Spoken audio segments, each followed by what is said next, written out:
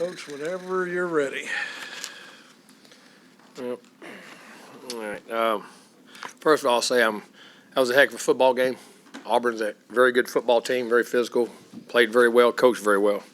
There was a good football team in that locker room over there too, right there in Texas A&M. Those guys, that was a heck of a win. That was a lot of guts. That was physicality. That was toughness. That was competitiveness.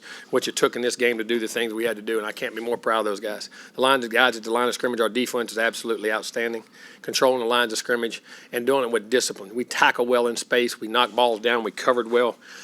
We rushed well, and that was, Bo is one heck of a football player, and you can't let him get out of the pocket and create things. And we rushed and collapsed the pocket, made the ball come out. And when it did, it wasn't for big gains.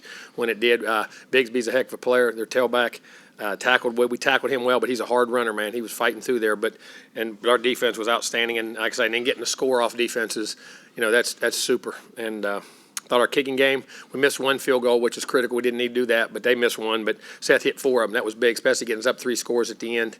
Doing what he did there off in that regard. Punter was good. And what we did there offensively, left too many chances on the board. Had 5 drop balls in the first half. Critical. Third down drops. Had some drops in the first half, which is uncharacteristic by some great players. But, they didn't hang their head. They went back and kept playing.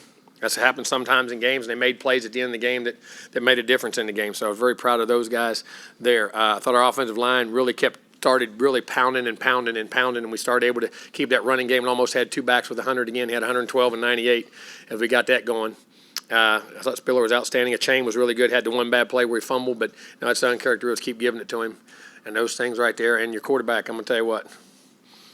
He ain't always perfect, but I'm going to tell you what, that's a competitor, man. That guy has got arm talent. He can throw the football. He can make plays. He's a competitor. He's a tough guy. And I'm going to tell you, the injuries and the pain he's banged through this year and the things that are happening. And now I wish he would slide. We have to get some of the Astros up here and get Dusty Baker up here and teach him how to slide and get down. But him to get off the mat like that and come back in that game and then made plays because that game was tied. I mean, to go back and do what he did. Unbelievable respect for that young man and how he competes. And our team, how they compete. Now, we got to clean some things up offensively. We had chances to put them away. Had that fumble right there at the end. We had a missed assignment right there where we could have got another first down even before we kicked that last field goal and ate a lot more clock off. But, when you play those games right there, things happen. There's going to be good and bad. Nothing's ever perfect. Sometimes when you play those really, I call them old slobber knocker games, those games that are really competitive. And it happened. But there's a tough football team in that locker room, and it's got a lot to play for. And we got a lot, we got to put this one behind us, get ready, because we got a heck of a team to play next week in Ole Miss. Questions? Questions? We'll start on the left. Sam?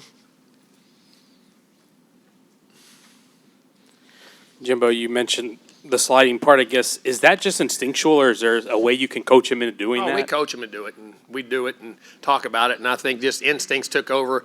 I think the competitive nature took over. You know what I'm saying? Because we'd had a couple penalties right there, wanted a touchdown. That was the last guy on the draw before we come out, and I think his instincts just took over, and I'd rather his instincts not, because right now our situation there, he just got to get down. But you respect him for what he did and how he did it, but at the same time, you got to be smart there. But that's just we talk about it, and he knew it when he came over. Down front, Travis, and then to the left, Zach. Yeah, Coach, what was kind of the initial prognosis and how surprised or not surprised were you that Zach was able to come back in and play? Well, as they said, he popped it. I mean, sometimes your shoulders, I've had them, you pop them out or get a little sprain right there. But if your strength is still, they test, you can test this. You wouldn't have put him in if there wasn't no strength and anything in it to be able to function. And he still had all of his strength, and sometimes that happens like that. And so he was good. Yeah, and I mean, just when you were in the tent, how much pain did he appear to be in? A little bit. Well, it was more on the field when they popped it back in, I think. When they popped it back in. But that, listen, that's ball, man. I don't mean that in any disrespect. I meant in pure respect. That's football. This game is a physical, tough game. When that leader's tough, the rest of them play tough too. Front left, Zach, and then Brent. Jimbo, you had spoken after Colorado and Missouri that Texas A&M had trouble with both of those teams, especially on the road. Obviously, the Aggies having trouble with Auburn here at home. I know you said that wasn't necessarily a talking point, but does it feel good to finally get a win against an SEC opponent like that? Well, I mean, I think, played Alabama here, played Auburn. I think any great team to get a win on. And, that's I can say streaks and things like that happen. They get broken. I mean, that's all ball, man. Just what happens next year doesn't have anything to do with this year. You got different teams, different people, and you got to make your own way through the world. So, hey, that's part of it. Fourth row on the right, Brent, and then Olin, second row. How big was that completion to Caleb Chapman to kind of help loosen things up? And I'm how nice is it to have him back in action? Oh, it was great. He hit that post back in there. We had some other routes in there, and Zach seeing that read and making it over the top, making that throw was big time, buddy. And it opened it up and got it down there. And then, but here's what gets me. You can do that and get a delayed game. You can do that and get a delayed game. But you can call a snap count and it ain't a penalty. Ain't that amazing? When you're down there on the goal line when they're calling your snap count. I mean, I'm sick and tired of it, man. You're going to call all that garbage and then not do that, and I can't hear it. You couldn't hear the slap or anything else. And then we told them in the first half it was going on. We'll So go anybody wants to, trust me, I'm going to call them tomorrow. We're going to have a conversation. I'm sick and tired of it. second row Olin, and then Kirk on the right. That's big right there on the 5 and then do it twice and have it done and was told in the first half it didn't and have those penalties. That's ridiculous. But you call it for Alabama 3rd and 8 when they're driving to win it. All right, Olin. So Jimbo, were you frustrated at the penalties on? No, I was frustrated there. It's just that I was told. That's not penalties, and we still can't listen to them. But it's just, I'm sick of it. I thought it was supposed to be fair. I was just being facetious, but what I wanted to ask you about is Well, I wasn't in the mood to be facetious. How about that? what I wanted to ask you about is first of all, what level of frustration you had having to settle for field goals, and then I didn't have frustration. I don't. Had disappointment that we did it, but I don't have frustration. Frustration leads to bad decisions. Listen, when you play good teams, big games, those things, you're not going to get everything you want. You got to play the next play. You don't get frustrated. You figure out why you get disappointed, why it happened, and you figure it out. Because frustration clouds your thinking. It's like revenge clouds your thinking. You don't play that. You play the next play and you play the situation. You can't think like that. and when you look up and see Michael Clemens picking up that ball, and with the way things have gone offensively to get that defensive touchdown, it's just your. It was huge in the game. It was huge in the game. And I tell you what we did, though, offensively, which I was proud of. We moved the ball because we were backed up so much. Like the first 3 or 4 possessions, we had inside the 15-yard line. First drive was 85-yard, and the next 2 were inside the 10. And, you still weren't giving up field position. They had a couple punt returns there. We got a couple on it. But, that's part of it. Great teams. Right side, Kirk, third row.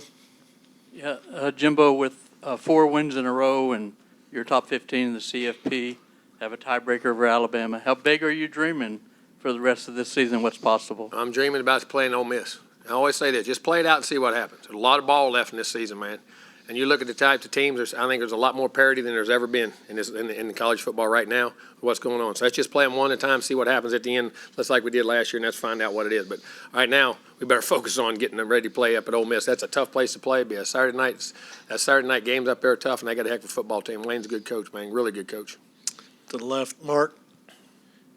Coach, you already mentioned 217 yards rushing, no sacks allowed.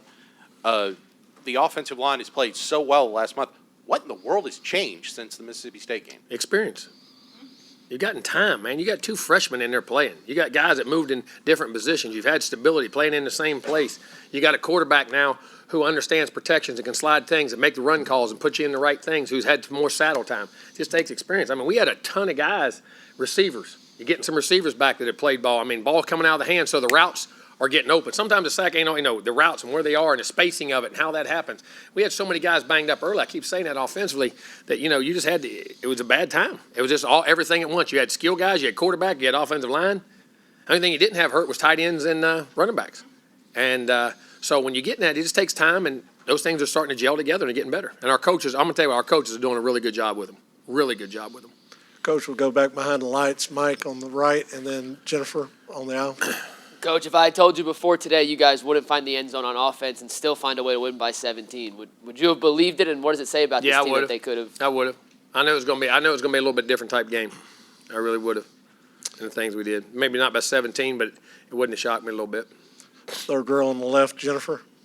Hi, Coach Fisher. We saw a strong performance from Tyree Johnson tonight with his 2 sacks and 1 resulting forced fumble. How did you feel about his contributions to the defense's momentum? I'm going to tell you what now. You're talking about a guy's playing lights out right now.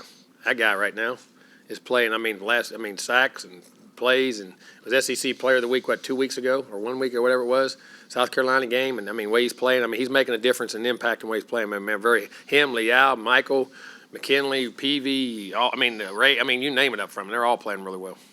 Down front right, Cole. and then we'll finish up with Justin. Jimbo, you didn't mention like all those defensive linemen, but another name you didn't mention was Edrin Cooper. The way that he's kind of emerged like in the last. I figured that was the reason why. What No, have you seen I'm from gonna his tell you growth what now. from You the talk last 2 about weeks? that guy's going to be one heck of a player, and he is one heck of a player. You talk about can pull the pin and run and hit and play and loves ball, can play special teams, can cover, can run. I mean, I love everything about him. I really do. I mean, he's a heck of a football player, man. We'll go Heck of a right, football player. right side, Justin, then Olin, you'll wrap us up.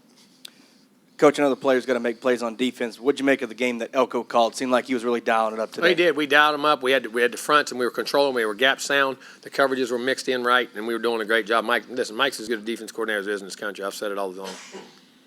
And we'll finish up with Olin on the left.